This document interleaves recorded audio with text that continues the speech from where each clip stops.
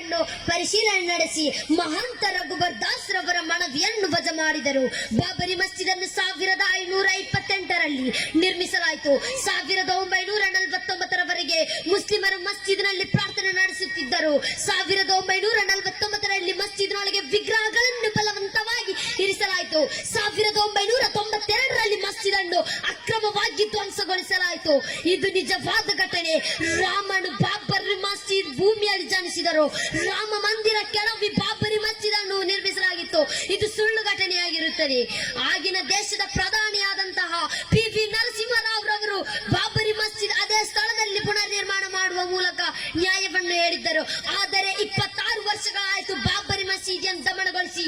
ಯಾವ ಪ್ರಧಾನಿಗೂ ಧೈರ್ಯ ಬರಲಿಲ್ಲ ಬಾಬರಿ ಮಸೀದಿಯನ್ನು ಪುನರ್ ನಿರ್ಮಾಣ ಮಾಡುವುದರಲ್ಲಿ.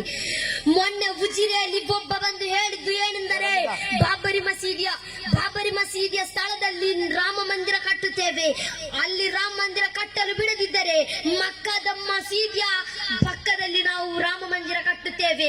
ಬಾಬರಿ ನಿಮ್ಮ ಅಪ್ಪಂದ? ಹೌದು, ನಮ್ಮ ಅಪ್ಪಂದೇ. ಆದಮ್